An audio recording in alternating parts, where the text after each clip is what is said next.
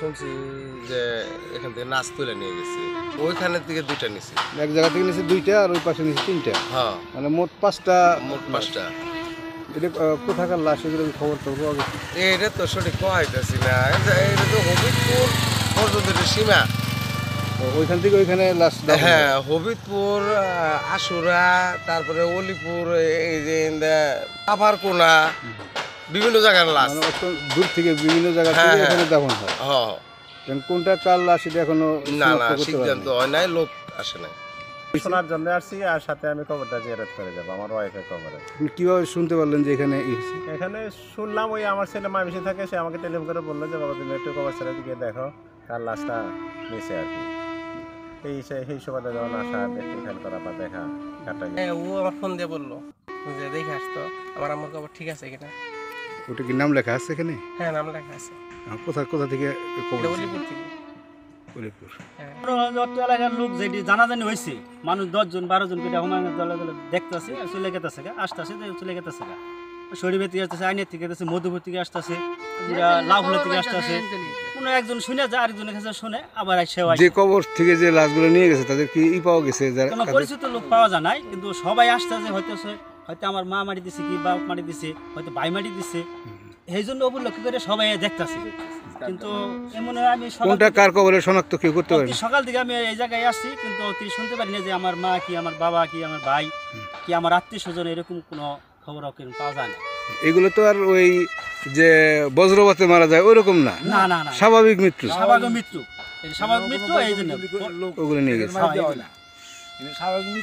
এটি তো বেশি দিন মারি হয় না, মনে হয় যে ঈদের আগে থেকে, ঈদের মানে পরে। পুরান কবর থেকে নিছে নাকি নতুন কবর? এটি নতুন, ওই সামনে যে দুইটা নিচে ওইটি হচ্ছে পুরান কবর। আসলাম, আসা দিয়ে যে অনেক লোক আছে, পরবর্তী দেখলাম যে গরুটি দেখলাম যে আসলে লাশ নিছে, 5টা লাশ নিছে। মানে কে নিছে কি ধরতে পারে নাই? না, এটা কেউ দেখতে হবে নাই, দেখিনি। এর আগে কি কখনো এরকম হয়েছে? এর আগে মনে করুন যে 5 বছর আগে একবার ই করছিল, এখান থেকে নিছিল, নিয়েছে। আবার এদিকে 5 বছর পর 5 বছর পরে আবার এসে 5টা নিয়ে গেছে। 5টা নিয়ে গেছে। এই জায়গাটার নাম কি? এই জায়গাটার নাম হলো আইনাইত, রানিয়ার আইনাইত বেঙ্গাইগুড়ি, বেঙ্গাইগুড়ি কবরস্থান। বেঙ্গাইগুড়ি। লোক আসা, হুজুর আসা, আর একটা কমিটির লোক আসা, আইসা প্রতিদিন কবরস্থান দেখা শোনা করে, তো আইসা এটা হঠাৎ করে দেখতেছে নাইট ভাঙ্গা, আর কবরে দেখা যায় মাটি খোদা। তো মাটি থেকে খোঁড়া ওই দুইটা দেখছে, আবার এইদিকে আসছে, দেখা যায় আরো 2-3টা খোদা। কবর থেকে লাশ উদ্ধার করে নিয়ে গেছে আর কি। মানে কয়টা নিছে? 5টা লাশ নেওয়া হয়েছে, কিন্তু পরে 1-2 জন জানাজানি হইতে হইতে পরে মানুষজন জানাজানি করে হাইরা সবাই আর কি দেখে গেছে, ঘটনাস্থল এইসব দেখে গেছে সবাই।